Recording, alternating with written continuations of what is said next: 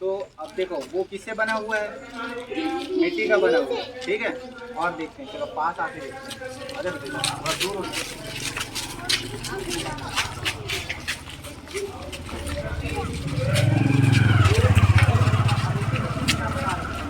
पहले के घर कैसे बनते होंगे, 10 साल या 12 साल हो गया, 6 साल से जब से आया तब से देखो दिन भर रहा हो, ठीक है। हम इसके बारे में जानने की कोशिश कर रहे हैं, किसको देख के, पुरानी इमारतों को देख के, टूटे हुए किसी चीज़ को देख के, ठीक है। आज के समय का जो घर बनता है, देखो पूरा घर बना पूरा सीमेंट का, सीमेंट के साथ उसमें गिट्टी भी लगी हुई है, गिट्टी लगी है ना, और उसमें रेत भी लगी है। इसको देख के लग रहा है कि कहीं पर ईटा जुड़ा होगा, कितना है नहीं हुआ होगा, देख के लग रहा है कि कहीं पर इससे रेत का प्रयोग हुआ होगा। तो इसका मतलब है कैसे बनते थे, किससे बनते थे, मिट्टी के बनते थे। पूरे घर जो है मिट्टी के बनते थे।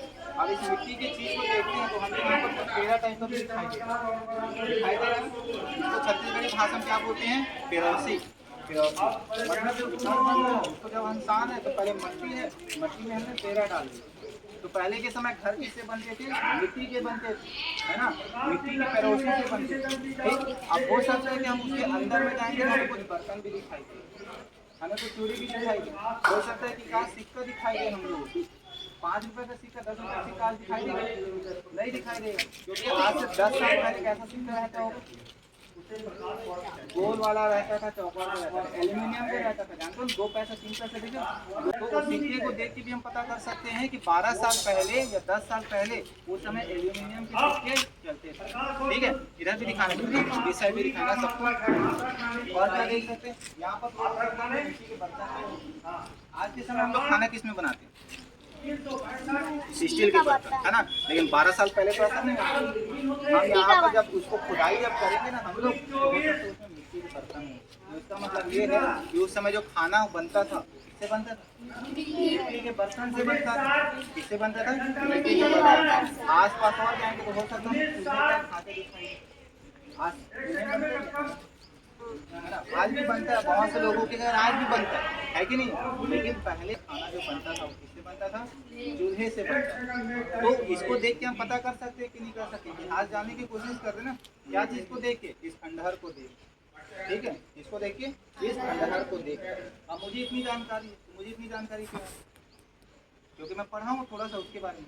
ऐसे बहुत सारे जो लोग हैं ना इतिहास की पढ़ाई करते हैं, ठीक है, इतिहास की पढ़ाई करते हैं और इसको खोदेंगे, और खोदने के बाद बताते हैं कि आज से 10 साल पुराना, 12 साल पुराना, 15 साल पुराना, ठीक है। ऐसे लोगों को कहा जाता है पुरातत्ववेत्ता। क्या कहा जाता है, पुरातत्ववेत्ता। पुरातत्ववेत्ता किसको कहते हैं, जो पुरानी बातों को खोदते हैं, क्या कहा जाता है, क्या कहते हैं।